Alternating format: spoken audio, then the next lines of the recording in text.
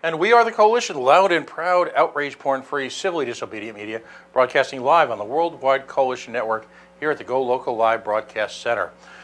Facebook.com/The Coalition Radio, on the Mighty Mighty Twitter at Coalition_radio, and of course, the mothership at coalitionradio.us, where you'll find links to our Facebook page, our YouTube page, our Spreaker page, podcasts, videos, you name it. Links to our Civil Liberties page, where we put out press releases from organizations, well, like Alex's and like our next guest.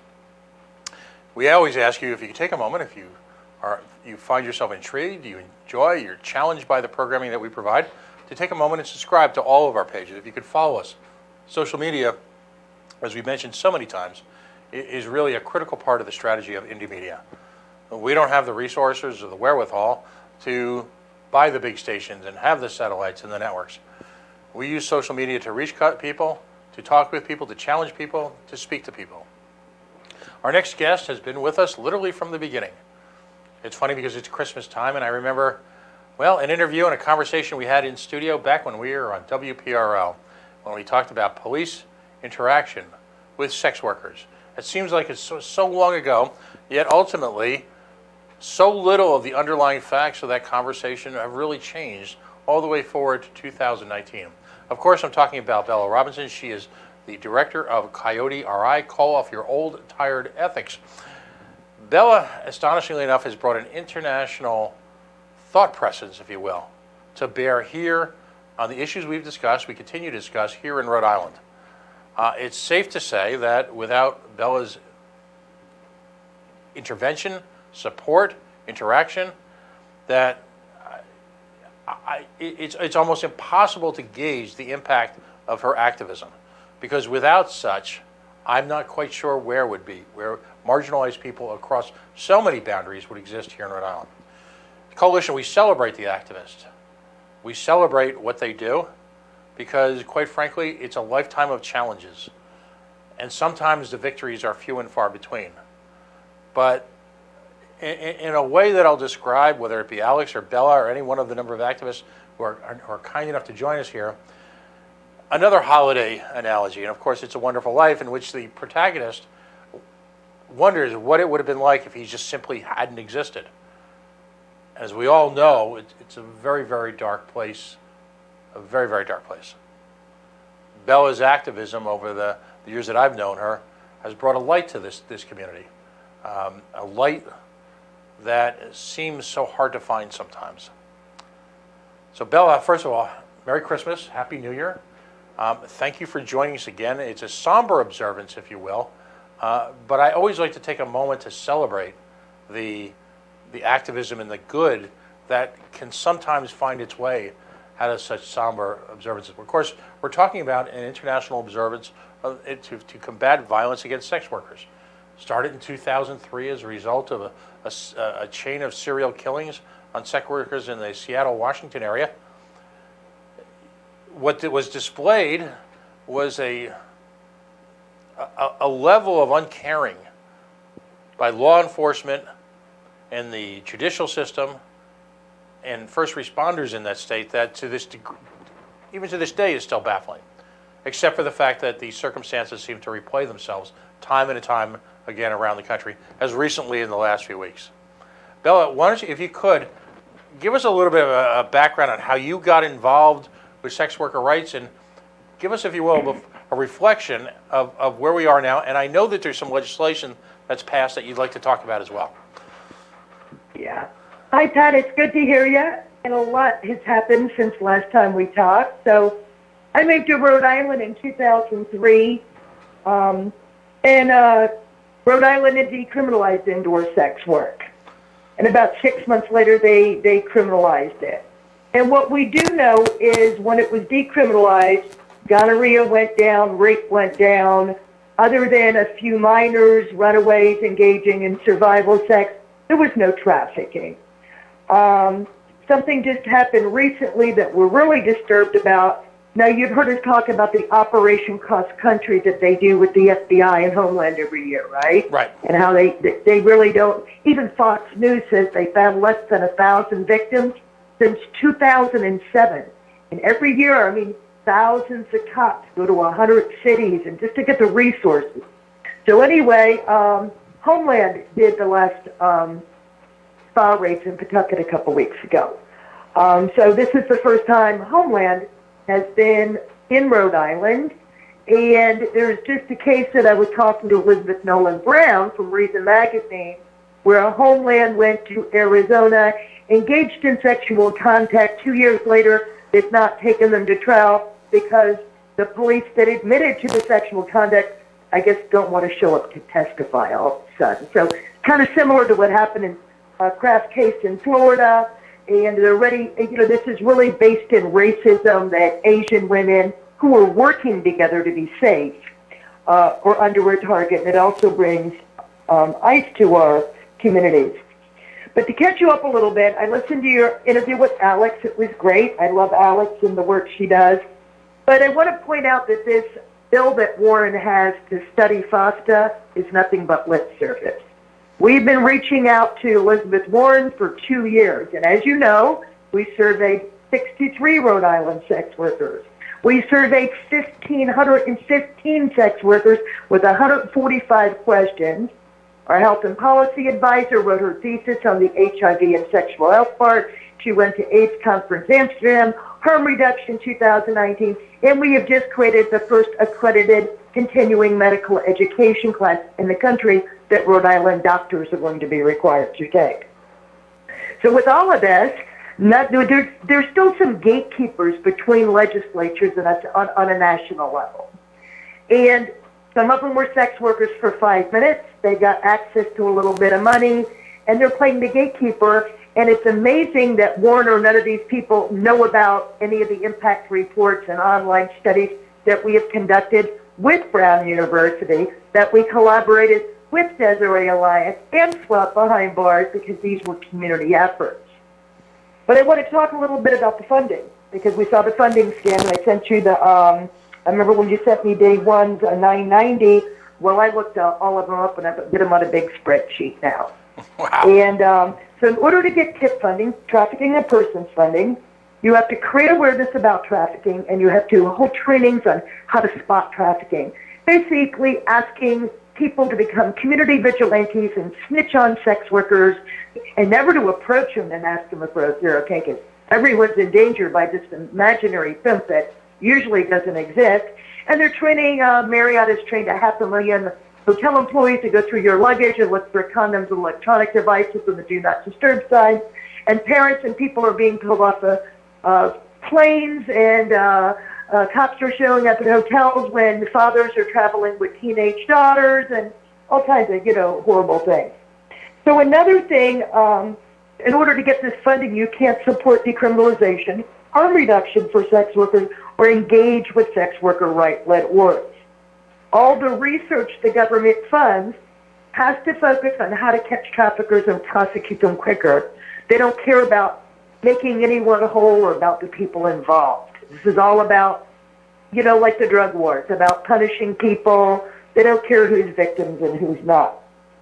So now I want to talk a little bit about FOSTA because I think the EFF missed something really big in their challenge. And while I'm not a lawyer, there's a law that passed in 1913, Hope versus United States, which says the federal government cannot make prostitution laws. It has to go state by state.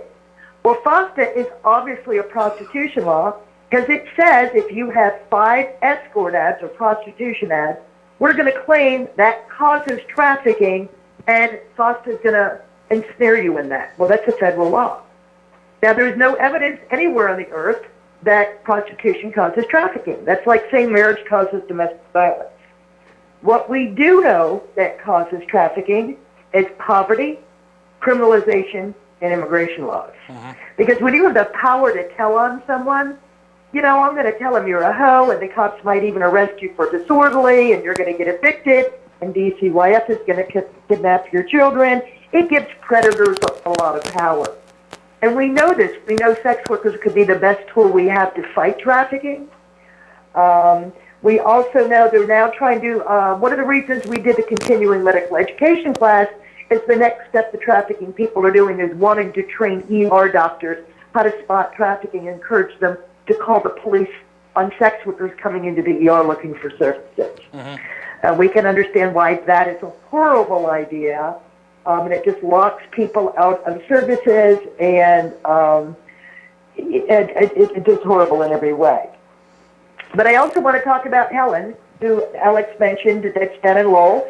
I spent 3 years and 5 years at Lowell Correctional Institute. DOJ started to investigate them last year. And one of the things I do, we case manage about 100 incarcerated sex workers through SWAT behind bars. And most of them were in Lowell because they know I was there. And I made sure when I wrote to them, they all knew how to report things to this lady at DOJ. So when the 4 guards beat that woman up to where she's a paraplegic, they did that while they were under investigation. And magically, they're not fired. They just were moved where they have no contact with the inmates. Now let's talk about Epstein. When he committed suicide and the guards were lying about doing the count and on their computer, they were thrown in jail with a $500,000 bond. And I don't know, my opinion, I think the guy was murdered, so he can't tell who else was involved with that. But we can't prove that. Wow. So that's a lot to roll in. But we did have a great event on Tuesday. Representative Williams came to our event, where she's going to be introducing our House resolution for our Rhode Island Study Commission to study revising Rhode Island commercial sex laws. This bill is drafted that gives Coyote and Amnesty International a seat on the 12-person commission, so there would be at least 2 of us on that commission. And Rep. Williams has agreed to hold a press conference to announce reintroducing the bill on March 3rd at the State House, which happens to be International Sex Worker Rights Day. Right. How? We think it's important that these things need to be studied. We already have the data. But I'll give you an example. Bernie's campaign finally reached out, because while he claims, we need to study it, he's not really taking a stance. So I sent her a bunch of information. Probably it would take a couple hours to read, and she blew me off and then emailed me back and said, well, can you pick out 1 or 2 things to read, and I won't have time to talk till January. So I said to her, you want to study the issue, and you don't have a couple hours to read something so you can brief Bernie about it? But the fact that they all voted for Foster without studying anything, wow, what else do they vote on that they don't study? What topic? Well, I mean, the hypocrisy there, of course, is, and this goes across political boundaries. So I'm not just going to pick on Bernie or any of these folks. They all just re-invoked the Patriot Act and the surveillance techniques, and they had the courage to bury it in a House budget bill rather than address it. And you're right. And they'll give you an example. Warren now has this thing where she thinks she's going to go after all these rich corporations globally that aren't paying taxes. And what she wants to do is put all banking people under more surveillance. And we already know the rich people don't pay taxes. The middle class and the poor people pay taxes. We already know how that works. Right. So how do we think that's like, remember when she promised to fix Wall Street? Well, what happened with that? Right? So I just don't believe any more of Warren's plans. Warren has backed the Banking Against Sex Traffickers Act, knowing it's even going to lock legal sex workers out of financial institutes. So laws like FOSTA affect strippers, porn performers, dominatrix, cam models, people that are doing illegal work. It's discriminatory against them. They're going to be locked out of bank accounts. And in today's society, you can't do anything without a debit card. And this idea that, do you really think that there's all these sex traffickers with millions of dollars sitting in bank accounts? Let's be realistic. But another thing I want to talk about locally in Rhode Island that Rep. Williams really connected with me about is our failed DCYF system. And while Day One takes in almost $3 million a year, DCYF has settled $1 million lawsuit. More children have died in state-run homes than have been trafficked in Rhode Island in the last 5 years. Right. And they're not doing anything to fix it. And child services is broken nationwide. So I want to talk about the youth report real quick out of John Jay College that was funded by DOJ, where they went to 6 cities. They interviewed 1,000 youths between 13 and 24, and 97% of these youth said that they did not have a pimp and market disorder, that they taught each other how to find clients and avoid the cops, because the state's created so many barriers. they can't access shelter or other services. So chasing around the 66-year-old spa workers in Pawtucket and putting their faces all over the news doesn't do anything to help create services for our youth, like LGBT halfway houses and youth drop-in centers. And this idea of what they're doing at day one is they're locking them up on suicide watch at Hasbro Hospital if they think the team's going to run away again. And they ignore the abuse the kids are telling them that are taking place because they treat them like they're ungovernable children, a bunch of liars, or kind of like how the cops say, well, we can't use a prostitute as a witness in a crime. But we can use a cop that has got caught lying over and over again and perjuring himself and filing bad reports. Mm-hmm. So there is a huge uneven power dynamic in this, and it's going to be a long battle and many roads to fight, but the fight's going to have to take place state by state. We don't know if FOSTA is going to be ruled unconstitutional. It might be in the courts for 2 or 3 years. But Bernie or Sandy or Sanders, none of them can change prostitution laws at the federal level. And a lot of these activists don't even understand how this stuff works. And while I agree we need funding to attend, like I go to dozens of universities and conferences every year. I have a whole team of Brown University students as interns that do research and writing for me. But we need to train activists to be able to tell you all the facts really quickly like I did. And I'm not even writing anything down, or this is by memory. Right. Because I think that the public and educators and legislatures need to hear from a variety of people, of the sex workers with a variety of experiences. A lot of sex workers still don't know the narrative. They don't know the studies. They only know their experience. And one of the things we do at Brown University is we bring a variety of sex workers in so students get to hear from many different voices and stuff. Wow. That was a lot, huh, Pat? No, Did all that in like 12 minutes. That's outstanding. Let's talk about the study here in Rhode Island. I'm not going to put you on the spot to ask to name names unless you want to. But you try. This is a critical effort, and here's why. You've got the anti-government guy saying we need case studies. Well, unfortunately, in reality, the way that the Rhode Island government works is they'll put a bill out to study, which normally means it's dead, unless, of course, there are political forces working behind the scenes from the establishment.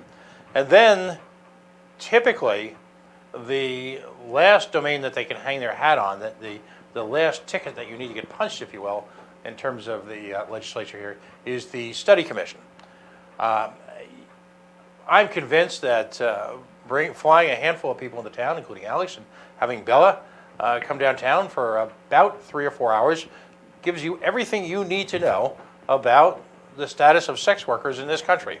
And we're talking about not just opinions or philosophies, we're talking about federal crime studies, federal data, local and regional data, looking at budgets. It can all be accomplished, quite frankly, in an afternoon. Now, interestingly enough, this same work was supposed to take place with regard to cannabis legalization. Mm-hmm. Unfortunately, it's a necessary evil. It's a stepping stone to ultimately the legislation that the state so clearly needs, that they had in place when they had decriminalization indoors. It needs to go outdoors as well. But ultimately, you go through this because this is, you dot the I's and you cross the T's here. And it actually provides an opportunity for folks like Bella, and I'm hoping that there'll be a study commission that I can testify at, for us to testify to truths. And it allows you, under the imprimatur, if you will, the approval of government, to put out facts and dispel with urban legends, myths, and, well, let's be blunt, utter bullshit. And it's even bigger than that, because these will be videotaped study commission meetings. And part of even when we didn't get the bill on a vote last year, the fact that they had to listen to the team we put together testify, we're putting them on notice. They can't claim they don't know the harms that these laws have created. And we're now on public record, historically, okay? Right. And so we understand that it's not going to They're just not just going to study it and say, oh, you're right, we're going to change the law. Even if we get decrim, they're only going to try to take it away like abortion. This fight is never going to end. So this has to be about educating the public, shifting social perception, things like, oh, would you want your daughter to be a prostitute? Well, if she was, would you want her to be safe? And it's also connected to so many other issues. Federal minimum wage has been $7.25 for 10 years, and the price of housing has doubled. Now, I don't know if you just read this, but Uprise Rhode Island just wrote a piece. It seems there's a new law that if any shelter that gets federal funding has to do an assessment before they let the person in the bed. So when you go to Crossroads now, and it's snowing, they tell you your appointment for your assessment's not for 2 weeks, and you can't come in. Meanwhile, a Morris house has 100 empty beds, and they won't train social workers to help with the assessments so they can do them faster. So there's going to be a lot of people that die of exposure over the winter. And part of the reason they want these assessments is the government wants to take this stance like they don't understand why people are homeless and poor. Well, they know wages. They don't want to talk about that wages don't even cover the cost of rent, let alone it. People are getting a lot poorer. There's the middle class. There's very little of the middle class left. Right. And a lot more people are going to become homeless. Actually, we're kind of expecting another recession in 2021. It's going to get a lot worse. We cannot police our way out of poverty, mental health, substance abuse, sex work. None of these things are going to be improved. If we create services for poor people, whether they're sex workers, homeless people, migrants, or whoever, it will be harder to exploit people if they have housing and shelter and food and access to medical care. It's easy to exploit people who are desperate and hungry and cold. Yeah, we live in a state which just granted Thane Towers a $25 million grant in order to build luxury housing here in Providence that so many in the community don't even want for so many different reasons. Well, look at the Superman building. It's been empty for 3 years, and they never even paid back their tax subsidies. And now they want to build a $400 million soccer field and put up $100 million over tax dollars back. But we never have any money for the poor. Right. Or think about this. It's the same thing as the stadium, the stupid video game. For $100 million, I'm pretty sure we can build a factory, come up with a product to make in Rhode Island, and put 1,000 people to work with decent paying jobs, right? But no, they want to make a $22 million walking bridge so rich people can visit Rhode Island and feel nice. It's going to push more and more poor people out of Pawtucket and Providence, Right. or basically Rhode Island altogether. And I've looked at rents across the country. To live out in the middle of nowhere in Alaska, a 2-bedroom dumpy apartment still $1,200 to $1,500. So there's really nowhere you can go live that's cheaper. And I just don't know what's going to happen. I mean, most of the ads on Craigslist now are people renting rooms, and 4 and 5 people living in 2 and 3 bedroom apartments. That's what you did when you were in college. It's not what people are supposed to do when they're grown ups and have families and children, Right, and yet government would actually put taxes and limitations on short-term rentals for people who are managed to have bought properties, because that would quote-unquote interfere and challenge the luxury housing market. So you literally are creating an environment here where government is subsidizing, pushing people onto the street. I mean, does anyone want to talk about the potential gentrification effects that are not coming about because of free market? I'm a libertarian, but they're coming about because of a subsidized, created market by a federal program that was created by Trump and has been embraced by Gina Raimondo to create these quote-unquote enterprise zones, which are being created in areas that are barely marginalized. They are areas that clearly are ripe for private development, where in a market that's... And she even does it for corporations. Remember the $35 million she gave Johnson & Johnson? They were supposed to create 1,000 jobs.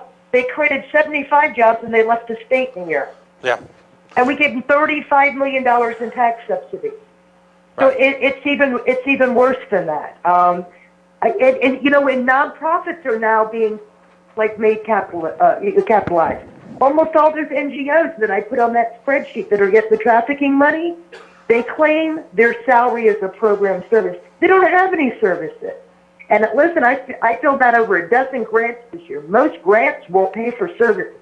They'll pay for case management. They'll pay for coalition building, things like that. No one wants to provide anyone any service. So I recently, a couple months ago, went down to Rhode Island DOC and I met with the woman in charge of the transitional program to find out what services we could connect people to getting out of jail and prison locally in Rhode Island, you know, through the work we do with SWAT behind bars.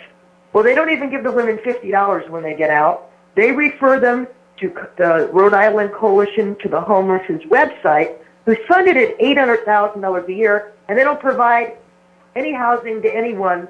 They supposedly just advocate for the homeless. Now, when you remember when you saw in the news that New York was paying people's rent if they left the state? Right. Well, they immediately said they shouldn't do that because people don't have support systems and they won't come in for services. When you hear them say they won't come in for services, it's a big fat lie because there are no services. Other than the food bank or maybe waiting 2 weeks to get a infested bed at Crossroads, there are no services. Wow. There is no housing. We jump in. We've only got a minute or two left and I know I'm going to have you on again after the new year, particularly in the run-up to this legislation. But if you can, in our remaining minute or two, what was the obstacle, or are you willing to name or challenge obstacles to getting the study commission passed last time? What can we do this time? We had a lot of inside stuff, and I think also they were so busy with reproductive rights, taking up so much energy at the State House, which I'm glad it passed. Very few things passed the first time around, you know that, Pat. Right. But I believe we're going to do better this year. We're going to have more media. If you remember, none of our opposition would show up to the hearing, but Providence Journal trashed us. And that's okay, because Rep. Williams said she doesn't care what Providence Journal prints. She knows we're the experts, and she thinks we're in it to win it. Well, I'm going to ask you for a favor. I'm going to ask you to reach out to Representative Williams, and I'd love to have her on, give her an hour of time after the new year to talk specifically about the legislation with your input, because I think that's a critical next step. We have to. You guys are on top of this. You're right. You need to build up a groundswell of support, not only from the community, but from subject matter experts like yourself. One last thing I want to tell everyone. Coyote has launched the first sex worker rights TV show in the world. We will be on TED TV this Sunday at 8:30 p.m. on Channel 13, and the show is called The Good Neighbors. Excellent. Produced by Coyote. Excellent. Well, Bella Robinson, thank you so much for joining us, giving us a kind of some hope on what is otherwise a somber observance. And again, congratulations on a year filled with activism and impacting human lives. And again, Merry Christmas and the most wonderful of New Year's to you. Thank you, Pat. We'll talk to you next year. All right, buddy. Bella Robinson, Coyote, Rhode Island. Call off your old, tired ethics. It's astonishing to have someone who's got an international presence on this issue here based locally. We're going to take a quick break right now, and we're going to bring on our next guest in just a moment or two. We are the Coalition, loud and proud, outrage porn-free, civilly disobedient media, broadcasting on the Worldwide Coalition Network. Facebook.com/The Coalition Radio, on the mighty Twitter at Coalition_radio, and of course at CoalitionRadio.us. Stay tuned. We'll be back in just a couple of moments. Okay.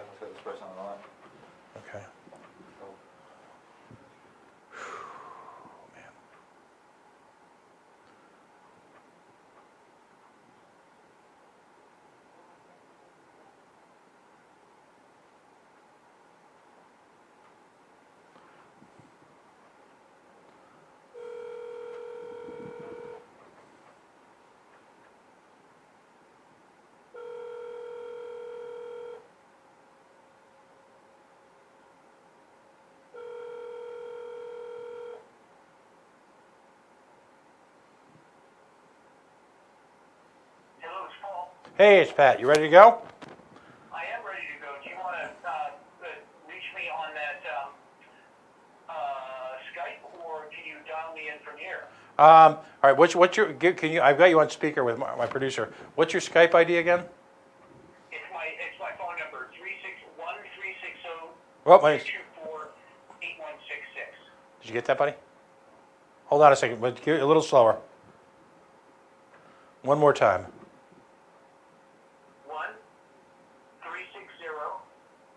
224 8166. All right, we're gonna hang up and give that a try, okay? Or try, also Paul, and it's my name, Paul Johnson, too. I'm not that familiar with Skype, so I don't know what the whole handle is. It's probably my number, right? I just sent you a message on Skype. Yeah, I just saw live, Go Local Live, it just popped up. Yep. So what, did we ping him? Yeah. All right, so we're gonna ping,